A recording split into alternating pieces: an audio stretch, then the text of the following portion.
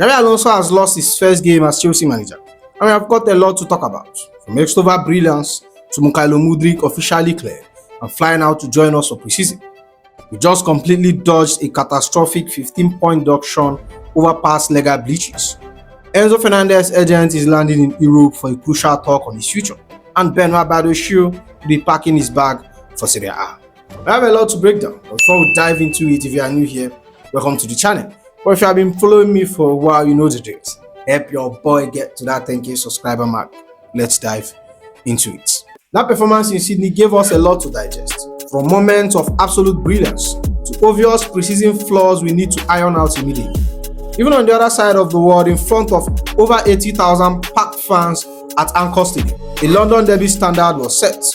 There was absolutely no love lost between us and Tottenham. Sandro Tonali opened the scoring line in the 21st minute with a deflected strike, but William Estêvão answered right back just 4 minutes later to make it 1-1. Even Danso's straight red card right after halftime handed us total numerical control for more than 40 minutes.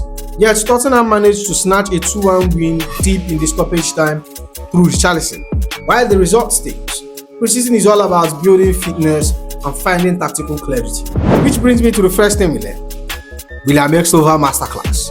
Our Brazilian prodigy didn't take long to make his presence felt on the big stage. Just 4 minutes after we went behind, Estêvão timed his movement to perfection, turning Jamie Gittin deflected cross into the net with a header. Linking up alongside Kopama in the attack, his presence, confidence and directness gave Tottenham headache throughout the first half.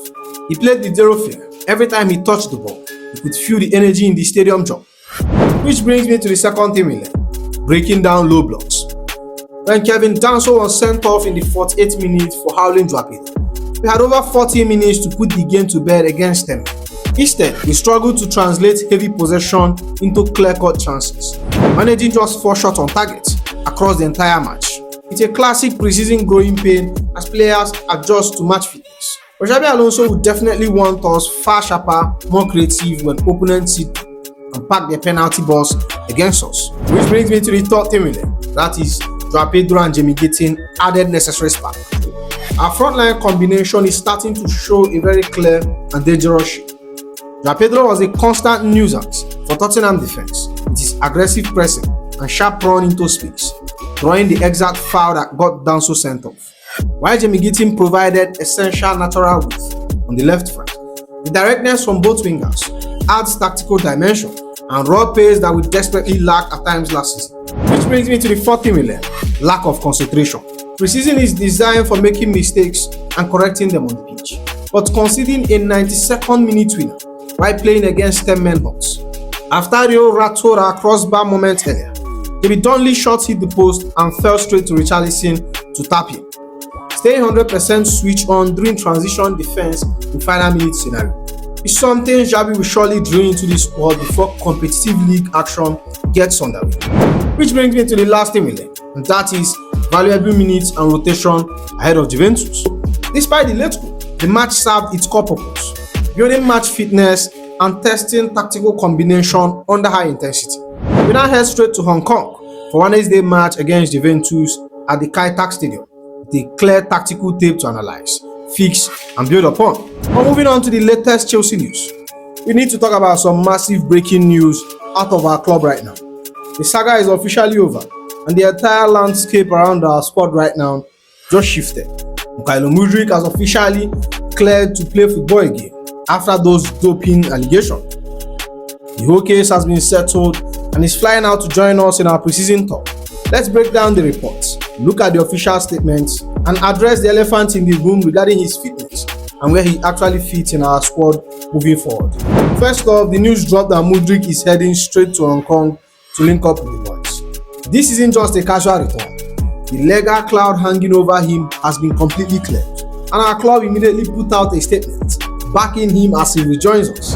Mudryk is expected to join Chelsea in Hong Kong for preseason tour. He's going to be available immediately. We know how much this opportunity to return means to him. Our focus now is supporting Misha's reintegration into the squad and helping him resume his career. Everyone at Chelsea now look forward to helping Misha return to full fitness and back into the squad and back onto the pitch. It's great to see us standing firmly behind our player after such a draining period. You can tell the board and the staff wants to give him every tool to get his career back on track with us. Mykhailo himself released an emotional statement to address the club, the fans, and everyone who stood by him through the ordeal. He said, "After a long battle, the 4 years that was imposed on me has been receded, and I am free to resume my career with immediate effect. I'm grateful that this process has reached a conclusion, that I has been cleared to return to football, that I can look ahead to my future. This has been the most difficult period of my career. As I have always maintained from the onset of this case, I have never unknowingly or intentionally taken any banned substance. My commitment is competing fairly and representing my club and country with professionalism and integrity that has always been important to me. I would like to thank my family and friends for their support, their belief throughout this period. I also want to express my deep gratitude to everyone at Chelsea FC, my teammates, the Chelsea supporters who have been with me throughout.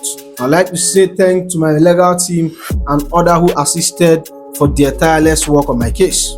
My focus is now returning to football and working hard every day, making a positive contribution on the pitch.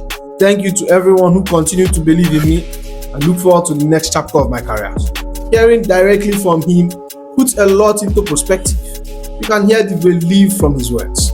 He spent a long time in the wilderness, maintaining his innocence, and now he finally gets a second chance to prove himself in a Chelsea shirt. Now, how does this actually play out for us on the pitch? According to The Athletic, Xabi Alonso will need time to see Mudryk on the pitch before deciding how he fits into his plan. He's expected to join the squad on the pre-season tour of Asia and Australia to begin that process. Fabrizio Romano gave us even more context on what August holds for his immediate future. Chelsea will assess Mudryk in August, so in the next week, and then decide to keep him in the squad or maybe give him an opportunity to go on loan. We'll see what happens. If I'm being completely honest with you, I firmly believe the smartest move for us and Mudryk is to send him out on a season loan. There seems to be a massive misconception among fans that the player is doing personal drills, eating gym, running section on his own for 2 years. That's next to impossible. Private training and solo workouts can keep your heart rate up, but match fitness and competitive sharpness are entirely different beasts. There is simply no substitute for real match intensity, the split-second decision-making, the tactical coalition, the tracking back under dynamic pressure. That's the exact reason clubs consistently arrange closed-door indoor friendlies or send returning first teamers to play with the under-21 to get 45 minutes into their legs. Now imagine someone who hasn't participated in a high-level group training or a single competitive match for 2 full seasons because he had a ban from all football-related activities. He wasn't even allowed near official training facility. In my calculation, it's going to take Mudryk at least 3 months, if not longer, just to build up the basic match sharpness and adapt to the team tactical dynamics. But expecting Xabi Alonso to afford him those great period minutes in a high-stake Premier League matches while we are chasing trophies isn't realistic. A well-planned loan gives him guaranteed minutes, zero media intense from our end, and the time he desperately needs to rebuild his rhythm before coming back to challenge for a spot in our squad. But moving on, I won't lie, when the initial headline dropped around those 74 historical breaches, every single one of us had our hearts in our mouths. We are sitting there calculating potential point deductions, stressing over worst case scenario, and wondering if it is going to derail everything we are building. But the final ruling is in, and honestly, we survived the absolute worst of it. To give you the exact official update from the club, Chelsea Football Club is pleased to confirm that the final decision has been reached by the FA judicial body in relation to historical regulatory matters that were self-reported by the club in 2022. The club self-reported potential historical rule breaches to all applicable regulators. It has worked openly and transparently with all regulators and proactively disclosing many thousands of documents. When Tottenham and Clearlake took over in 2022, they opened up the book from a Abramovich era, saw off the deal record payments to unregistered agents during deals for guys like Hazard and Willian, and immediately handed over 200,000 documents to FA and the Premier League. They essentially said, "Look, we didn't do this. Here is the full paper trail, let's fix it." And that exact self-reporting is what saved us from the absolute disaster. To put into perspective how close we came to a total collapse, Look at what Mail Sports reported. Chelsea avoided a 15 points deduction over payment to unregistered agents that would have relegated them from the Premier League because they reported themselves for breaching the rules and cooperated with the investigation. A 15-point hit. Can you imagine? Rival fans were already sharpening their knife and preparing a whole presentation on our downfall, waiting to watch us fight a relegation battle. Instead, our legal team pulled off a masterclass on appeal. According to Mail Sports, Chelsea were initially given a 6-point deduction suspended until 2027 and a £10 million fine from an independent regulatory commission. However, after appealing, the club will now pay for their financial penalty with a suspended 2 transfer window ban added in. We literally went into an appeal and erased the suspended point deduction entirely and swapped it for a suspended transfer ban. As long as we stay on the straight and narrow between now and June 2027, we don't lose a single point on the pitch, nor do we miss a transfer window. Paying a £10 million fine into grassroots football is a drop in the ocean compared to what rival supporters wanted to see happen to us. Like a legend once said, corruption is only bad when I'm not involved. If I'm involved, I defend it. But on a serious note, we really escaped this one. Even though the whole situation was completely self-reported and absolutely nothing to do with the current ownership or this squad, it's still part of the history of Chelsea. We benefited from those moves back in the day, but our current leadership handled the aftermath to perfection. But moving on, we are right in the thick of it with this Enzo Fernández situation.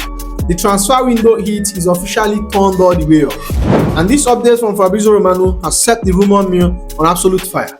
Enzo Fernández agent is arriving in Europe. There will be new meetings next week to discuss the future of Enzo Fernández. In the next few days, there will be conversation with Chelsea and also conversation with Enzo, who's still on holiday, in order to understand the next step. Let's break down where we actually stand with this, why all the doors are closing, and why keeping him at Stamford Bridge is looking like the most likely and smartest pathway. Look around Europe landscape right now. Where would he reasonably go? Real Madrid? Madrid put out an official statement publicly distancing themselves from signing Fernández. They made it crystal clear they aren't making a move this summer. Man City or PSG, both clubs have moved on to other midfield priorities, already have their setup locked in. Unless a mind-boggling, eyes-watering package arrives from Saudi Arabia that forces the hand of our God. No one in Europe is throwing down that astronomical sum required to pray him away from our multi-year deal. The options outside of West London are practically zero. Now, it won't surprise me a bit if this next meeting ends up being about putting ink on the paper for a restructured extended contract. We know the talent is undeniable, and Enzo is locked in and controlling the tempo of the game. He's world class, but off the pitch noise, transfer rumors, and erratic moments like that red card in World Cup final has given a lot of us whiplash. Like I have said, as much as I haven't been happy with his recent behavior, I would gladly accept him staying at Chelsea. If Xabi Alonso can sit him down, draw the line, and get him 100% committed to the match, having a focused Enzo Fernández in our midfield alongside our core is a massive asset for us heading into the season. We hold all the cards with the long contract, so if he wants to stay and fight for the badge, let's get it done. Now on to the defensive side of things, where it looks like we might be trimming down some fat in our backline in coming weeks. According to Fabrizio Romano, Benoît Badiashile is another player who could leave Chelsea in the next days or weeks. There's movement around him, interest from France and also from Italy. Napoli has Badiashile on their list. He is an option they are considering. Look, when Big Ben arrived at Stamford Bridge from Monaco, a lot of us thought we have landed our left centre-back partner for the next decade. But let's be completely honest with ourselves. Between the endless muscular injury setback and those heart-in-mouth moments where he gets pressed on the ball, his progress has completely stalled. With Xabi Alonso looking to establish a ruthless, rock-solid defensive line, Badiashile doesn't seem to fit into our plan moving forward. Napoli are sniffing around, wanting a loan with an option to buy, while our board is rightly holding out to recoup the proper transfer fee of around 30 million euros to get his wages off our books completely. Whether it's Serie A or a return to the camp, moving him on is the best solution for all parties. It frees up space in our squad, and and gives us extra funds to invest, and gives him a chance to restart his career away from the intense Premier League pressure. And with that said, that's the end of the video, my friends. Make sure you like, comment and subscribe, and I'll see you in the next one. Good evening.